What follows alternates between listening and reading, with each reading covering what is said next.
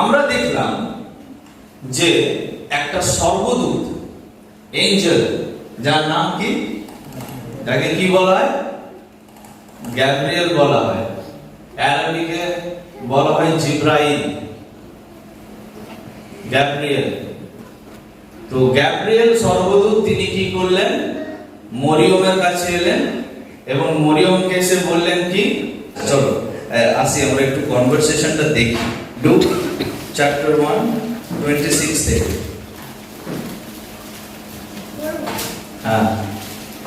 পরে ষষ্ঠ মাসে গাব্রিয়েল দূত ঈশ্বরের নিকট হইতে গালিল দেশের নাসরত নামক নগরে একটি কুমারীর নিকটে প্রেরিত হইলেন। আচ্ছা। তিনি দাউদ কুলের যোসেফ নামক পুরুষের প্রতি বাগদত্তা হইয়াছিলেন। সেই কুমারীর নাম মরিয়ম। দূত গৃহ মধ্যে তাহার কাছে আসিয়া কহিলেন, ওই মহান গৃহীতে মঙ্গল হইল, প্রভু তোমার সহবর্তী। কিন্তু তিনি সেই বাক্যে অতিশয় উদ্বিগ্ন হইলেন আর মনে মনে আন্দোলন করিতে লাগলেন। বাস, এখানে লেখা রয়েছে ভার্জিন বা কুমারী। ভার্জিন বা কুমারী মানে কি? ভার্জিন, এই যে শব্দটা বাংলাতে বলা হয় কুমারী, একটা হিব্রু শব্দ থেকে এসেছে এবং এই হিব্রু শব্দটা হচ্ছে আলমা। হ্যাঁ, মনে আছে? আলমা, যারা নতুন তাদের জন্য আলমা, ALMAH, আলমা। এবং আলমা মানে হচ্ছে এমন একটি মেয়ে যে কি হয়নি, কোন পুরুষের ছোঁয়া পায়নি, স্পর্শ পায়নি, তাই তো? তো বাইবেল কি আমাদেরকে এইটাই বলতে চাইছে? হ্যাঁ, বাইবেল কি আমাদেরকে এটা বলতে চাইছে? কেন এখানে কুমারী শব্দটা লেখা রয়েছে? ঈশ্বর কেন একটা কুমারী মেয়েকে চুজ করলেন? কোন ফিজিক্যাল কথাবার্তা মানে যে মেয়ে কখনো ফিজিক্যাল স্পর্শ পায়নি কোন পুরুষের, তাকে তো কুমারী বলা হয়। কিন্তু বাইবেলে যা কিছুই লেখা আছে তা কিন্তু আমরা সারফেস লেভেলে কিন্তু ডিসকাস করলে আমরা জানতে পারবো না। সব কিছু মানে ডিপে না গেলে বোঝা যাবে। কুমারী মানে হচ্ছে, তোমরা তো এখনই নিজেই বললে, ফিজিক্যাল পিউরিটি থেকেও বিশেষ কিছু বাইবেল আমাদেরকে বলতে চাইছে। আর সেটা কি? ভালোভাবে শুনবে। So the biblical meaning of virgin বা ভার্জিনিটি,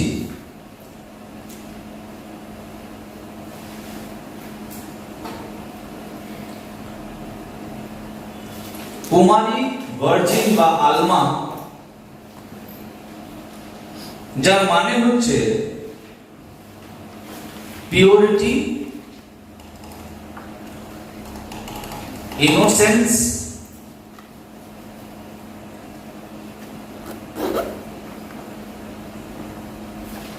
আনটাচড,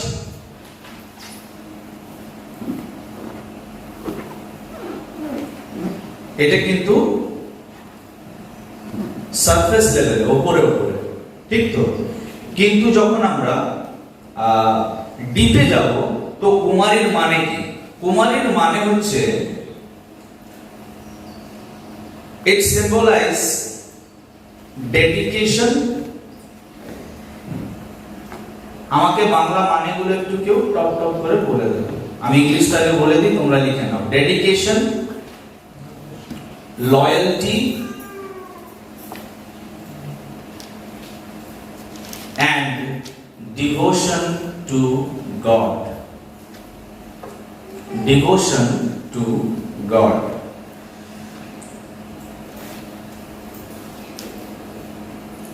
ওটা তো আমরা এমনি জাগতিক ভাবে দেখলাম যে মেয়েকে কোন পুরুষ বা কোন ছেলে স্পর্শ করেনি। অ্যাকচুয়ালি বাইবেল আমাদেরকে অন্য কিছু বলতে চাইছে। আ পারসন, এখানে ভার্জিন যে শব্দটা, এটা কিন্তু মেয়েদের ক্ষেত্রে শুধু ব্যবহার করা হয়নি, এটা তো জাস্ট ওপরে ওপরে, ঠিক আছে, কিন্তু যখন এর গভীরে আমরা যাব তো বাইবেল আমাদের সবাইকে ভার্জিন হতে বলছে, আমাদের সবাইকে ক্রিসমাস কুমারী হতে বলছে, ভার্জিন হতে বলছে, কুমারী হতে বলছে, লয়াল, যে প্রভু আমি, যেভাবে একটা মেয়ে কুমারী কি থাকে, লয়াল থাকে, যে না আমি কি করবো না। তো বাইবেল আমাদের সবাইকে ইউনিভার্সালি, বা আমি মেল ফিমেল উভয়কেই বাইবেল কি বলছে, যে আমাদেরকে কি হতে হবে, তার প্রতি লয়াল হতে হবে বা বিশ্বস্ত হতে হবে, নাকি লয়াল বিশ্বস্ত হতে হবে, যে প্রভু যাই হয়ে যাক। আমার বন্ধুরাও যদি বলে যে আজকে তো পরব, একটা দিন তো চলে পরবে, একটা দিন পরবে তো চলে, কিন্তু তা সত্ত্বেও আমি খাবো না লাল জল। This is your loyal. তুমি সাদা জল খাও,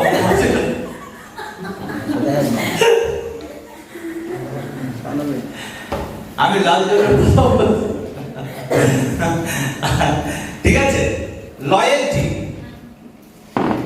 যে প্রভু আমি কি করব না, কোন ক্ষেত্রে কি করব না, কম্প্রোমাইজ করব না, আমি লয়াল থাকবো তোমার প্রতি। যে আমি যতই ক্লান্ত থাকি, আমি যতই ব্যস্ত থাকি, কিন্তু আমি কি থাকবো, I will be loyal to you. It means আমি আমার ব্যস্ততার মধ্যেও আমি তোমাকে টাইম। ক্রিসমাস আমাদেরকে এই বিষয়ে কথা বলছে আমার প্রিয়রা, এইভাবে ভার্জিন হতে বলছে সবাইকে, সে পুরুষ হোক বা মহিলা হোক। আমি প্রার্থনা করার ক্ষেত্রে কি করব না, অবহেলা করব না। আমি যতই ব্যস্ত থাকি, and wherever I am, আমি তোমার সঙ্গে কি করব, যোগাযোগ স্থাপন করব প্রার্থনার মধ্যে দিয়ে। and you can pray everywhere, কোনো জায়গা মেনশন করা নেই। তা আমি এখানে দাঁড়ানোর আগে কিন্তু আমি প্রার্থনা করি। আমি যতক্ষণ পর্যন্ত আমি নিজেকে সমর্পণ না করব, আমি যতক্ষণ নিজেকে আমি তার সঙ্গে কানেক্ট না করছি, আমি কিছুই বলতে পারবো না, কিচ্ছু বলতে পারবো না। তো ভার্জিন মানে কি বললাম আমি, লয়াল বা বিশ্বস্ততা।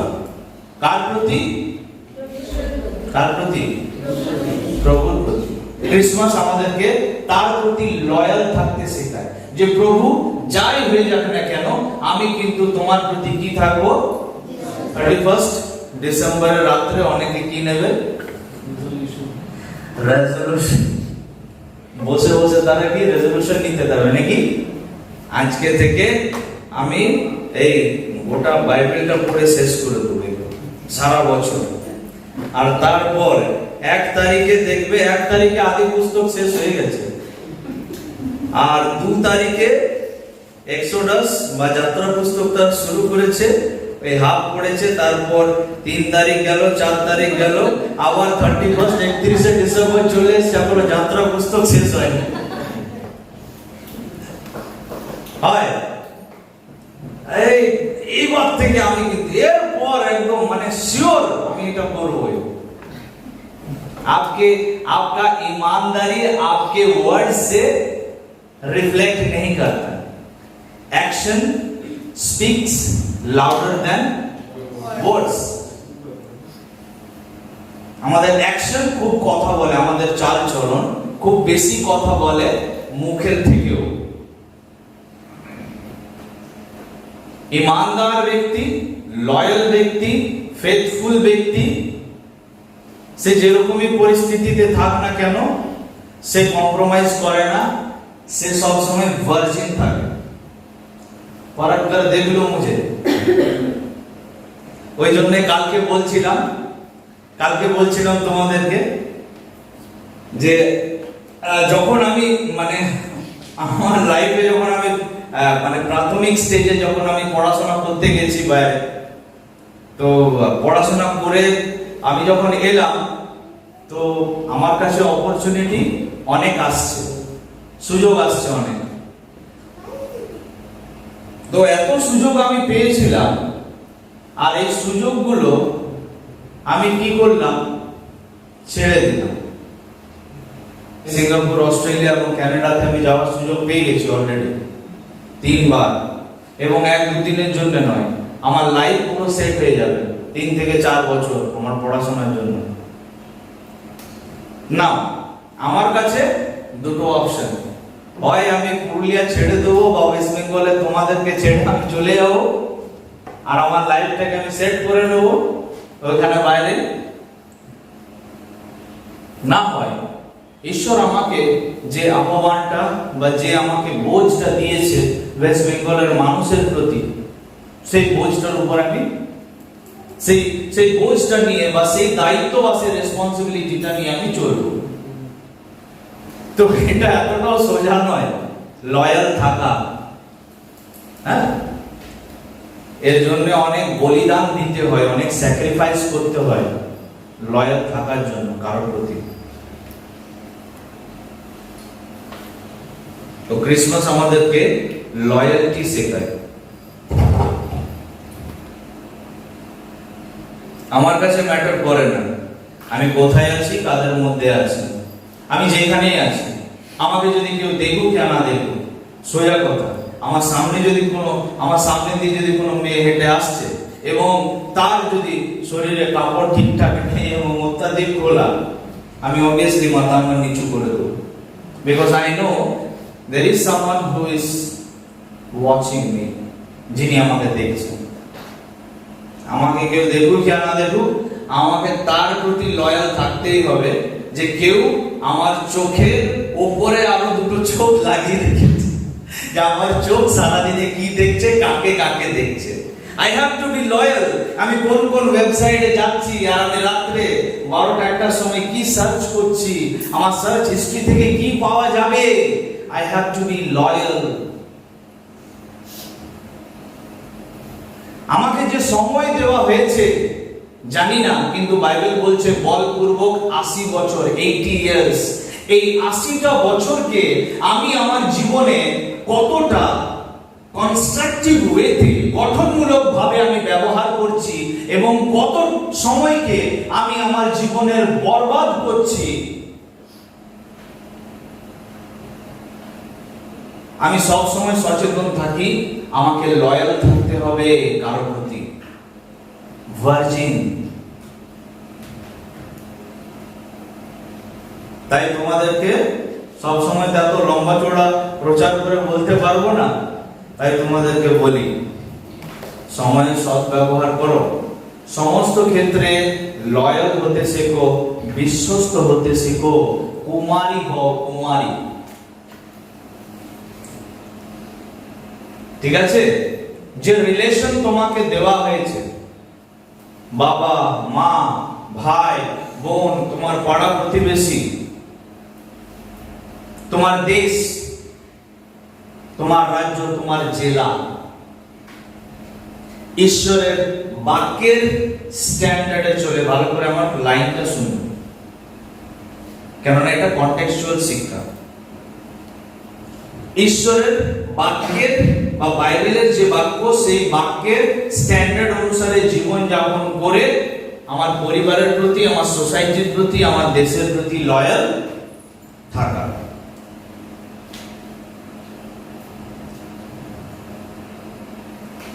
কুমারী এর মানে হচ্ছে কুমারী, লয়ালটি।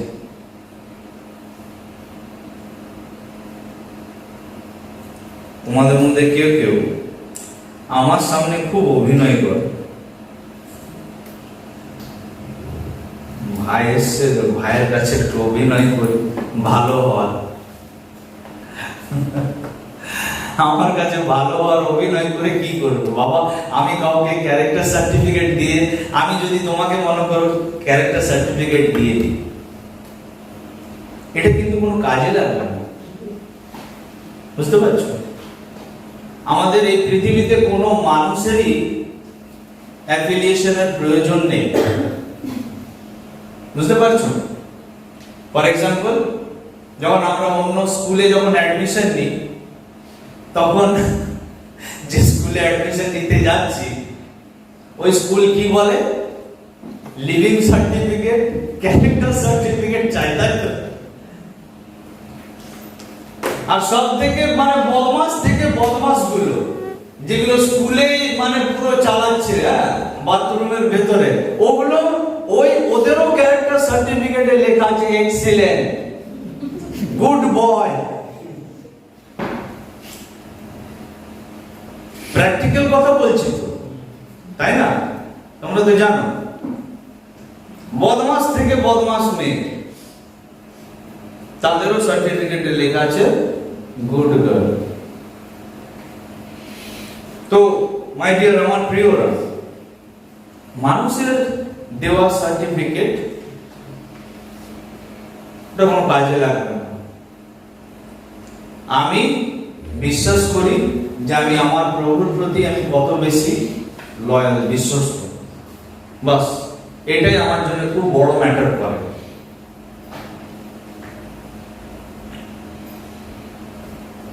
ইনোসেন্স মানে কি? নিষ্পাপ, নির্দোষ, নির্দোষ, অমায়িক। কার প্রতি? প্রভু তোমাকে নির্দোষ, ইনোসেন্স বা ইনোসেন্ট তোমাকে খুঁজে পাবে। বাইবেল বলছে যে কিছু বাবা মারা তাদের সন্তানদেরকে প্রভু যীশু খ্রিস্টের কাছে নিয়ে আসতে চাইছিলেন, যেন প্রভু যীশু কি করেন, বাচ্চাদের মাথায় হাত রেখে তাদেরকে আশীর্বাদ করে, যেন তাদেরকে ব্লেস করে। এবং শিষ্যরা তাদেরকে মানা করছিল। কারণ প্রভু যীশু বললেন যে বাচ্চাদেরকে আমার নিকটে আসতে দাও, তাদেরকে মানা করো না, কেননা স্বর্গরাজ্য এইরকমই সরল মনাদের জন্য। এই যে শব্দটা ব্যবহার করা হয়েছে সরল মনা, ইনোসেন্ট, অমায়িক, বুঝতে পারছো? কাদের উদাহরণ আমরা দিতে পারি? এই বাচ্চাদের। এদের ঝগড়া সঙ্গে সঙ্গে, এরা আমাদের মতো এত কমপ্লিকেটেড নয়। এদের ঝগড়া হলেও এরা সঙ্গে সঙ্গে কি হয়, আবার একে অপরের সঙ্গে খেলে। এরা এদের কথাবার্তা বন্ধ হয় না, এরা আবার সঙ্গে সঙ্গে কি হয়, মিলে। এদের লাইফটা কিন্তু এতটা জটিল নয় যতটা আমাদের জীবনটা জটিল। যেভাবে আমরা প্রত্যেকটা জিনিসকে ইচ্ছে করে জটিল বানাই করি। এরপর যেমন মনে করো বৌদি সকাল থেকে মন খারাপ, এরপর অরুণদা যদি না জিজ্ঞাসা করে তাহলে বড় একটা অ্যাটম বম ফাটবে যে কি হয়েছে। এবারে যদি জিজ্ঞাসাও করে তাহলেও কিন্তু ফাটবে, হয়তো নাকি? হ্যাঁ, একটু মেয়েরা একটু আসলে কি মানে জিজ্ঞাসা করলেও মুশকিল আর না জিজ্ঞাসা করলেও মুশকিল, বেশি ভাবনা চিন্তা করলেও মুশকিল। আর যদি ভাবনা, তুমি আজকাল আমার ব্যাপারে ভাবোই না, যদি বেশি খেয়াল রাখবে তো হাতের বাইরে চলে যাবে তোমার নিজের মতো জীবন যাপন। আর যদি খেয়াল রাখবে না, তোমার আজকাল আমার প্রতি ধ্যান নেই, তুমি ভুলে গেছো, আর ভালোবাসছো না আমাকে। অ্যাকচুয়ালি মানে আমরা যেভাবে সময়ের সাথে সাথে যত আমরা গ্রো করি, ম্যাচিওর নয়, আমাদের যেভাবে ফিজিক্যাল গ্রোথ হয় এবং যে পারিপার্শ্বিক যে মানে এনভায়রনমেন্ট যেটা আশেপাশে, সেই সমস্ত জিনিসগুলোকে আমাদের পাড়া প্রতিবেশী যাদের সঙ্গে আমরা মেলামেশা করি, স্কুলে কলেজে এখানে ওখানে, সেই সমস্ত জায়গা থেকে কিছু শিক্ষা, কিছু টিচিং, কিছু প্রভাব, ইনফ্লুয়েন্স আমাদের জীবনে আসে। আর এই ইনফ্লুয়েন্সগুলো, এই প্রভাবগুলো কি করে, আমাদের ভেতরে যে ইনোসেন্সিটা যেটা আছে, আমরা যতটা ইনোসেন্ট, সেটা ধীরে ধীরে কি হয়, জটিল হতে থাকে আমরা আরো বেশি। কোন ছেলে বা কোনো মেয়ে সত্যি খুব সরল, কিন্তু পরিস্থিতির কারণে দেখবে ওই সরল মেয়েটা বা ওই সরল ছেলেটাই ধীরে ধীরে কি হয়, খুব বেশি একদিন খুব জটিল হয়ে যায়। আমাদের জীবনে এরকম অনেক রকমের পরিস্থিতি আছে, কিন্তু ক্রিসমাস আমাদেরকে ইনোসেন্ট হতে শেখায়। কাদের মতো? দুটো শুধু এক্সাম্পল বাইবেলে দেওয়া আছে। নাম্বার 1 হচ্ছে শিশুদের মতো, আরেকটা কে বলতে পারো? Very good, very good. Bible পড়ে, খুব বাইবেল পড়ে, এই জন্য উত্তর দিতে পেরেছে। তো শুধু দুটো এক্সাম্পল আমাদের জন্য টেনে নিয়ে এসেছে বাইবেল। আর নাম্বার 1 হচ্ছে কি? শিশুদের মতো প্রভু যিশু বলেছেন, এবং আরো আরেক জায়গায় কি বলেছে? তোমরা কপটের ন্যায় কি হও, অমায়িক। ওখানেও ইংলিশে ইনোসেন্ট শব্দটি ব্যবহার করা হয়েছে। বোঝা গেল কি বললাম? তো বাইবেল আমাদেরকে ক্রিসমাসে লয়াল হতে শেখায়, ইনোসেন্ট হতে শেখায়, নির্দোষ, নিষ্পাপ বা সরল হতে শেখায়। জটিল নয়। ভিগুর দাদু, নিপেন বাবু, তিনি ঘিকে কি বলেন? সরল কথা জটিল করে বলেন নাকি? মনে আছে? কার কার মনে আছে? সবার সমা তুমি পাওনি সিলেবাসে? পাইনি। তিনি ঘিকে বলেন ঘৃত, আর ঘাসকে বলেন, আর হরিণকে বলেন মৃগ। তো আমরা দয়া করে ভিগুর দাদু, নিপেন বাবু যেন না হয়, বাইবেল আমাদেরকে বলছে কপটের ন্যায় এবং এই ছোট শিশুদের মতো অমায়িক। তুমি খেয়েছো? কেন, খাইয়ে দেবে নাকি?